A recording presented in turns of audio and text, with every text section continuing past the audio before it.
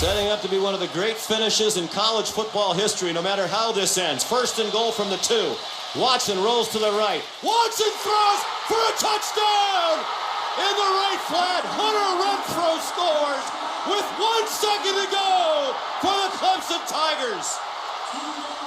Sean McDonough with the call on ESPN Radio. Deshaun Watson tweets on the 7th of January, 2013, me in a national championship game. I'm just waiting on that moment. Well, he's sitting here now with us live after finishing a national championship drive that ended on that touchdown pass. And you had a year to wait for this. We've talked a bunch this year, every day trying to get a little better. It all led into that last moment. And you said you knew it was going to be a touchdown before you even took the snap, right? Right, I did. We knew we were inside the 5, and we knew they were going to be in cover 0. They were thinking we were running up the middle, so we got on the edge, and all we needed was Tay to just kind of bump the corner and get Renfrow open, and that's what he did. I said when I did the highlight earlier, it must have been your easiest throw of the night, and yet it's the throw that wins the national title. So as that play is happening, what goes through your mind? Just make the throw. Yeah. he's wide open, and he's right there. Like I said before, I knew the play was going to be open. All I had to do was just don't trip and just get the ball to him. And that's what I did, and kind of threw a little soft pass, and he caught it. You don't trip in these moments on the biggest stages. Earlier, when the show started, I talked about the Louisville game. I talked about the Florida State game. And now this game, there's some similarities. There's moments late when your very best is required. Do you remember the moments feeling similar? Do you like in each situation? Are there some common threads and feelings in all of those games? It is. Just one of those moments where you can, just be great and be special. And I always believe that God put me in that position for a reason to, show what I got and just show the poise and confidence I have with me and also my teammates. And, we work so hard and we go through so many situations through practice in the off season for moments like this. Mm-hmm. And whenever we get to the, moments like that, it's just, we got to come through and be great. And I feel like everyone want to be great. So it's just a great opportunity for us, and we took full advantage of it. I can appreciate what you're saying about God put you in that situation, but he also puts you out there in the field in harm's way, and you guys are getting blasted early. when you're taking some of these shots from that Alabama defense, and you guys are down 14-0, your coach who was just on with us talked about belief. Where does that belief come from when you all are on the wrong end of it like that early on? It just comes with all the people around us. Everyone on the team just believing, because we knew we had them on the ropes, but it was coming down to the little things. One person missing their block, so someone's coming free. Just dropping balls, missing throws, little things like that we always kind of capitalized on. But we knew we had to turn that around, and we did that in the second half. And we knew our defense was going to play, and we just knew the time was going to come. We just needed a momentum shift, and it did. We just showed that Foster hit where you got spun around in the air. Now, was that one of those things? Was it as hard a hit as it looked, or was it just like one of those things where you spun around? It wasn't, because I was making a move on Fitzpatrick, and actually my pants ripped because he hit me. And I tried to make a move and cut back. I seen Foster coming, but Fitzpatrick hit me in my left, and I couldn't move. And Foster just came and kind of chipped me with his shoulder, and I kind of just spent around. And I actually had the first down. They should have reviewed it, but it's all good. It worked out in the end. I want to go back to earlier in the game. It's 14-0, and you hit. I want to say it was Kane on a swing, on a little slip, and he picked up some blocks, and it felt like the whole game changed on that one play. Am I overreading that, or am I right that everything about your whole mentality changed with that one play? No, you're right. And we needed that spark. And Kane just came through, made some cutbacks. Actually, if he would have kind of hit the hole with the offensive lineman, where he would have probably scored, but he kind of cut back once and kept cutting back. And that just kind of, got the spark, within the offense. And we just kind of came through and, ran off that momentum. There's a shot of you, and I'm sure that, there's the Vince Young and the confetti that I always think about. It's one of the great shots of all time after they beat USC. There's a shot of you sitting down, and there's tears in your eyes after you guys have taken the lead. In that moment, you know that you're going to be the national champion. When it hits you, when the reality of it hits you, that everything you work for is in your hand, you've done it. What is that like? I couldn't move. I couldn't speak. You know, people were over there asking me questions. Teammates kept coming, and all I can do is just cry. Just because all the hard work we put in, all the the doubters and naysayers and people just kind of always putting us at the bottom. We're not getting the respect that we earned, but just all the work we put in, and it just we fell short last year. It was painful, but just being able to come on top and knowing that you're a national champion is, especially for after 35 years, it was just amazing. All I can do is just cry and just kind of tears of joy. Yeah, but then you had to put your helmet back on and take a snap. You had to get your mind right for that last play. I don't know. I'm sure you didn't know they were going to do the onside kick, but I mean, in that moment, it had to be a little bit chaotic. Like, oh wait, we've got the ball. What goes on then? It was kind of crazy. We didn't know what to expect, and then just the referees are trying to get everything situated, and I just kind of wiped my face and smiled and just told everyone I love them, and let's just go. Actually, Thursday we kind of end the practice with a knee, and Coach Sweeney always said, let's end the game like this, and this is how we're gonna end it, and guys will, and that's what we did. What a way to end the season! What a way to end your career. Tonight's not the night to think about the future, but as you think about what's next, what do you think the next chapter is? Hopefully being able to play, sometime in the National Football League, and whoever picks me up, I'm a bloom where I'm planted, but whoever picks me up is gonna get a champion, not just on the field but off the field, and just a champion in the heart. We're gonna make people around them better, and just gonna go to work, and regardless of my situation or where I go, I'm gonna play my role and do the best I can do. Well, right on.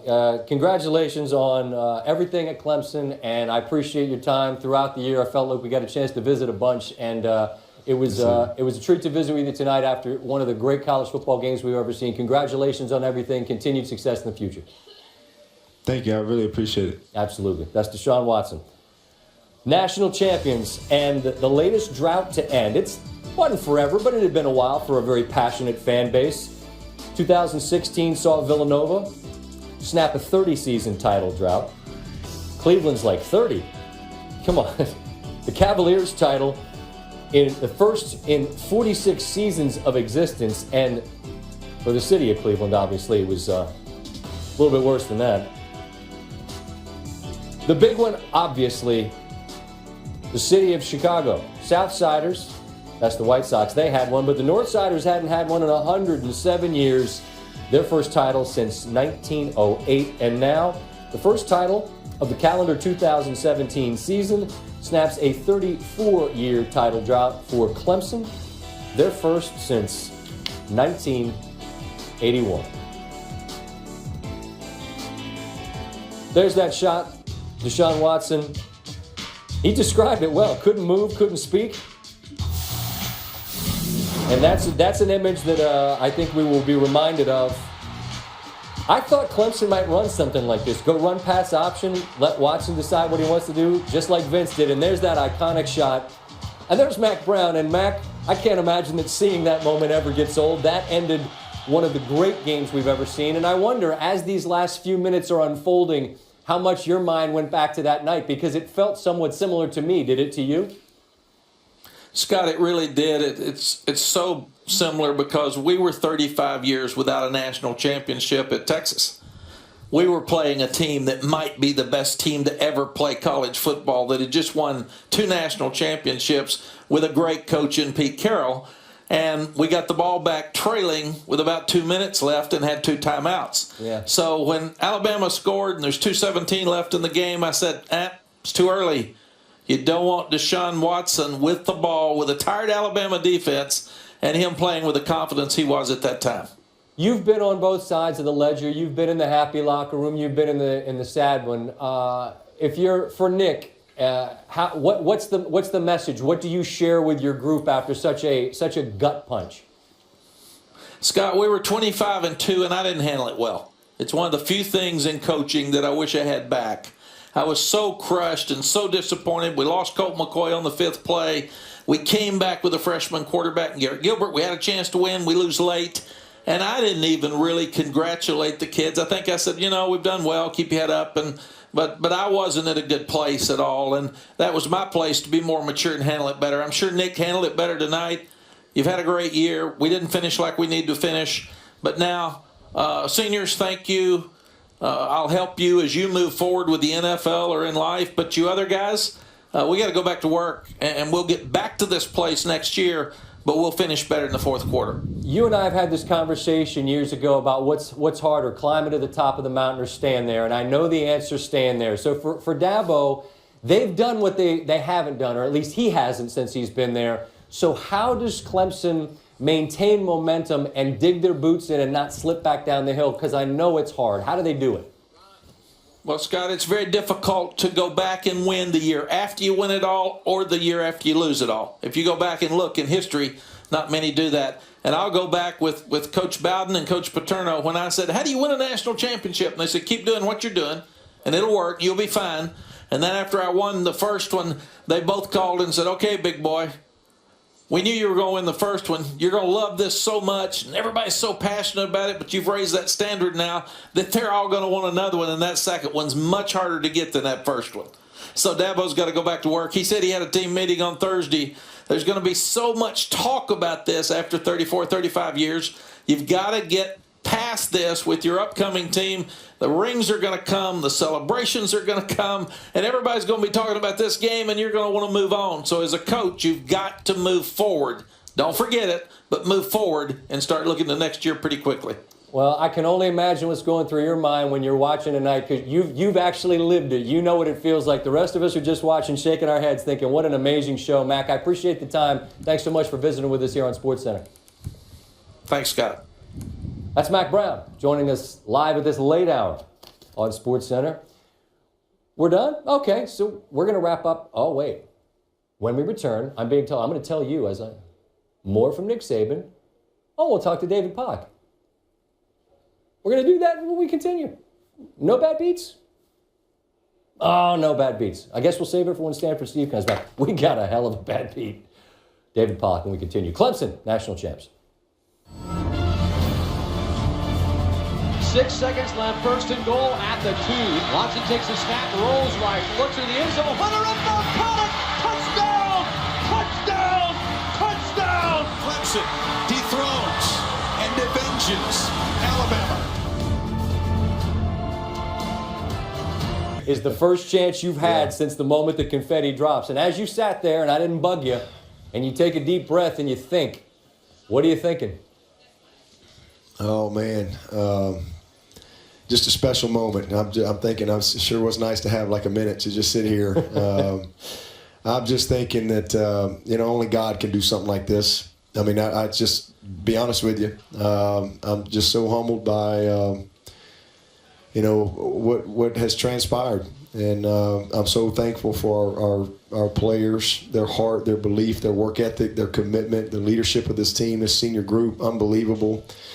Their will to win. The theme of this whole playoff thing was chasing greatness, and you saw greatness out there tonight. Yep, you saw it, and hopefully they played in a way that inspired a lot of people, and that hey, greatness isn't just for the Alabamas or the Ohio States. It's for all of us if you'll be about the right things and work hard and believe.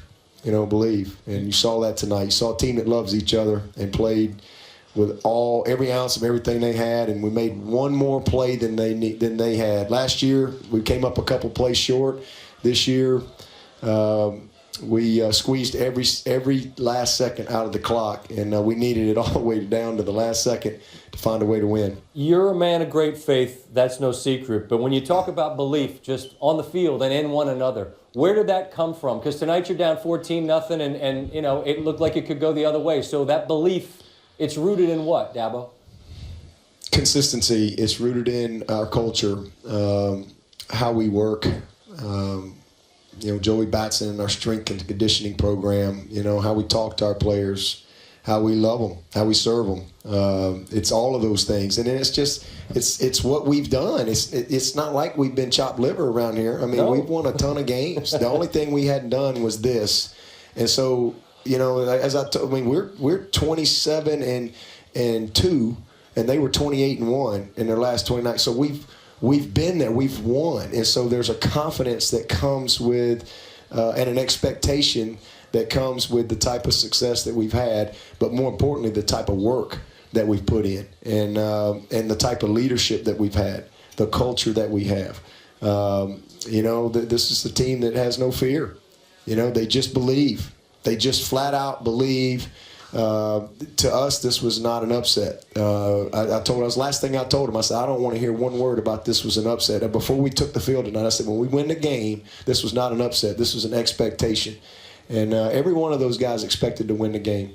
And we didn't play perfect, but it was a back-and-forth game. And at the end of the day, we made the key plays that we had to make. And, our quarterback, for people to doubt that this guy's the best player in the country, it is so laughable to me. He is just, and I've seen it. I mean, it's just unbelievable what this guy has done in his 3 years. I've seen it too. I mean, heck, I think I followed a bunch of these games, the Louisville game, the Florida State game. I mean, it's just time and time again. He does it. And here's what, I just want you to hear this. I don't know if you were sitting next to him when he said it, but here's what he had to say about the last play of the game. Just kind of slowed down the moment.